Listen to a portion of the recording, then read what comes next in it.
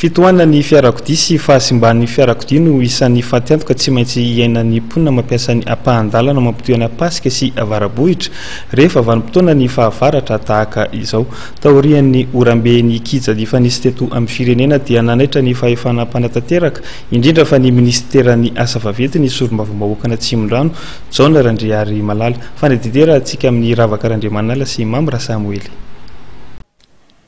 Herinandro vitsivitsy monja nanomboan'ny firotsan'ny orambe teto Antananarivo dia feno lavadavaka tahaka izao ity ampahan-dalana mampitoy any Pasika sy avarabohitra Itosy ao anatin'ny distrikna Atsimondrano ity. Miteraka fatiantoka ho an'ny mponina sy ny mpampiasa ity ampahan-dalana ity izany hoy ny solombavambahoaka Atsimondrano Andriamatoa John Randriary Malala afantatra amin'ny anarana hoe John Elita. Dia mampandre zay miantso manao antso avy ho an'ny fitondram-panjakana ary indrindrandrindra ho an'ny ministre ny travaux publics efa ndresaka azy Andriamatoa ministre tamin'ny tapabolana lasa tamin'ny mbola tao amin'ny séance ordinaire zany tao amin'ny assemblée hoe mila jerevana akaiky ity lalana ity.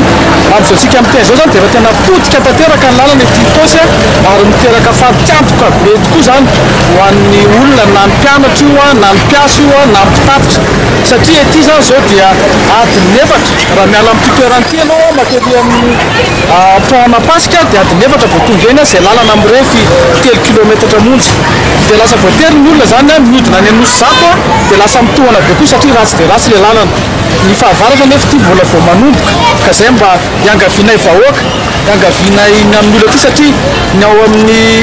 commune zao dia efa nitenenina fa tsy ampy mihitsy zany le teti-bola tsy ampy le vola ao amin'ny tapim-bolan'ny commune anamboarana an'ilay lalana ka manao antso avy mihitsy izay mba hijerevana akaiky satria tena tsy azo lazaina zany hoe tapaka mihitsy ny lalana rehefa avy andorana ety ka mba alefa le antso eny amin'ny Andriamatoa ministre ny travaux publics mba hijerevana akaiky ny lalana ety Itosy lalana eo Anosy Zato lalana makety avarabohatra ety. Miteraka fitohana ny fiarakodia amin'ny ora rehetra ny fahasimban-dalana.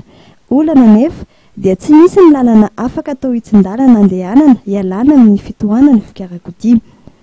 Manoloan'izany dia manaitra ny fahefana mpanatateraka eto amin'ny firenena indrindra fa ny ministeran'ny asa vaventy ity solombavambahoaka ity amin'ny anaovana ho lara-pamiaina ny fanamboarana ity ampahan-dalana mampitoy ny Antananarivo renivohitra amin'ny commune Itosy ity.